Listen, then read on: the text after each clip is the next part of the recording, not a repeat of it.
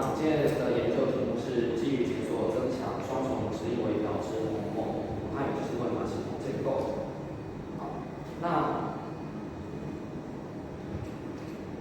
好，那首先大家可能可以回忆一下，就是之前在国文课的时候，或者说在上一些文学课的时候，大家的重点通常都是自然题，就是说会有这样的一个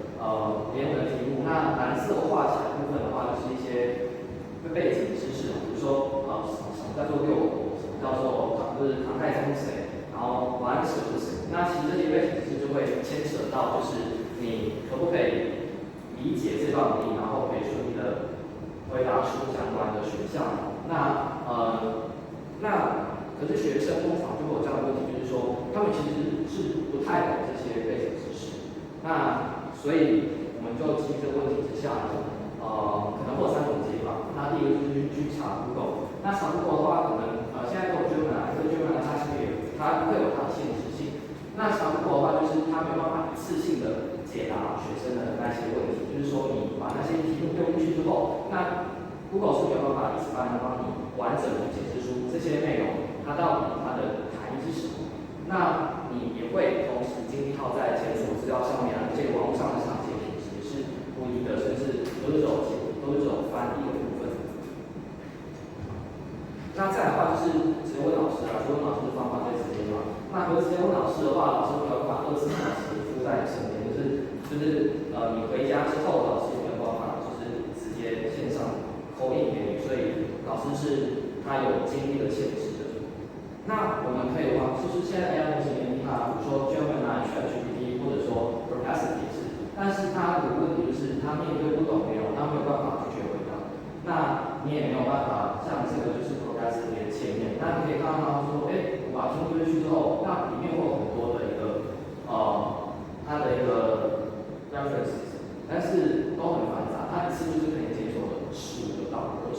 那所以学生就根本没有办法去做一个回溯。所以基于这个问题之下，我们就用在解锁增强生成和 RAIT 创新这两个技术方向来做这样的系统。那首先我们讲一下什么叫做 RAG。那 RAG 的话就是说，我们先把文献整理起来，那这些文献可以来自于网络内容，也可以来自于你自己整理的文本。那这边的话就是再去做向量的分块和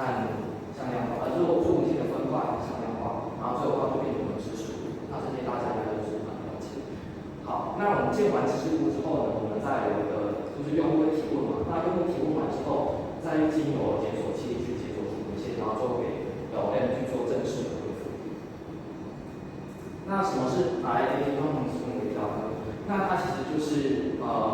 深度学习一个很重要的一个方向，就是你去给模型做指令微调，就是说它可以，就是说你可以想象说你要训练一个大人，那它有一些背景知识，那这些背景知识的双方向，你可以给它一些礼仪的一些训练，那它就能够在特定的状况之下去进行相关的应对进退也好。所以这个就很像是说，我们先把原始资料整理起来，然后呢，我们去进行清理和验证之后，把我们的资料训练资料变成指令格式。那这些训练资料可以是比如说苏格拉底式的回答，就是你把一个范例，你把范例写好，然后还有一些拒绝回答的一个范例写好，然后呢，你就给这个模型来做训练。那训练完之后，就会再去经由检索器，因为检索器它也是一个神经模型嘛，那去利用这些KL 散布这些比较技术的方法来去跟检索器来去做微调。那但是呢，现在其实 RAG 的这个技术其实是蛮先进的，就是说现在说你可以不用去训练检索器，你可以透过 RAG 的一个系统的工程也好，你可以得到比较好的一个效果。那这个就是可以免去了训练检索器的成本和比较繁杂的步骤。好，那所以我们这个系统所改造的一个 RAG 的架构还是这样子，就是说当用户提问完之后呢，检索器会进行这个 LLM 的提问改写和扩充，然后将改写和扩充完之后呢，就会去更有利于说你针对的问题，它就会做不同，它就分成不同子问题，然后不同子问题它就去做这个去做检索动作。那再之后就去做假设性问答，出，然后之后的话再去做混合检索，然后之后的话再去给重返模型去做去筛选出路线出来。所以这样的话，它其实都是可以透过现有的 API 做完成，所以说它的成本是相对于训练检索器来讲是低蛮多的，对。然后之后的话再去把这些检索文件给我们的训练完成的一个模型。好，所以我们这整个系统它的架构就这样子串起来，就是说，我们先把这个模型做训练之后，我们再把这个模型，然后我们应用之后再去跟这个 RAG 的整个系统来去做解，然后最后的话就会去得到一个正式的回复。好，那所以我们这个系统有3个比较大的一个特色，就是首先第一个就是你可以去自建知识库的，你可以自己去整理你的文献，然后你也不用怕版权，因为你们就是自己个人在用，然后可以完全掌握这个文献检索内容。那后续我 demo 就是给大家可以再详细看一下。然后还有它是有拒绝回答能力的，比如说我知识库里面我问的欧丽娟老师啊，就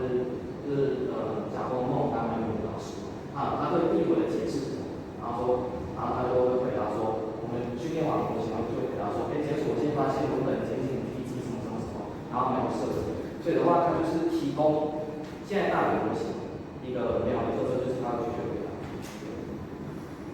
然后我们这个模型是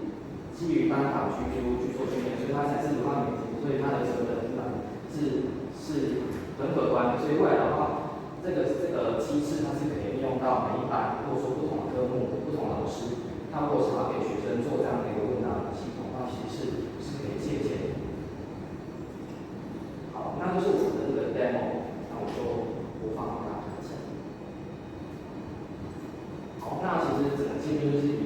以黑色为底，然后以深红色为基调，然后你可以去选思考模式和对模式，然后这边的话就会比较说，你大约看区网拆的儒家价值观的差异在哪里？然后这边的话，它会先做对，然后做思考，之后再做条列式的这样的一个回答。那这边的话，就是你可以去看一下说，有具体的这里面这个文献，那我们打开其中一个是 Wiki 的，就是说我们训练内容的资料。大家可以去做这样，然后它会提供延伸的一些问题，然后点击之后我们就可以继续做这样的一个回答。那去答能力的部分的话，就是比如说我输入一个解放程式，他说我小头不懂这个，我可以问相同问题，比如说000，然后我们可以，或者是 REST 是不没有，那它就做具体的拒绝回答这样子。好，那具体到训练集的部分的话，就是我们有收集120多笔的历届的学测、但职考资料，还有某所有相关的资料，以及我们延伸一些金石子集相关的一些知识的内容。那我们把它集起来都变成4000多笔的这个黄金训练集给模型做训练。那RAG知识库部分的话，有包含120回完整的孔孟文本，以及160完整的诗词，所以就是确保说你可以完整的去应用到这个系统完整的用到。那系统评估的话，就是这边主要是先设计60题的验证题，那其实里面的话都有包含了事实、记忆题、逻辑推理题、文学、中文分析题。那这些验证题都是使用布摩认知分类法的这样的一个方式去做系统评估。那我们这边的话就是题目设计好之后给机器去跑跑看，去看分数是什么。那客观指标就是语义分数的话，就是它的 first score， 就是去比对它跟专家生成的内容有没有很大的一个文艺的差异。那如果它就是它的分数是比较大的，就是说代表它文艺比较偏。那用 RAG 框架就去看它的文献忠实度有没有真正去针对 RAG 的这个知识图来去做回答。那再有的话就是去做虚拟专家图，然后就用 LLM 就是去教 LLM， 然后去让它去进行，比如说事实正确、逻辑推理教学模型这些去做重度的评分这样子。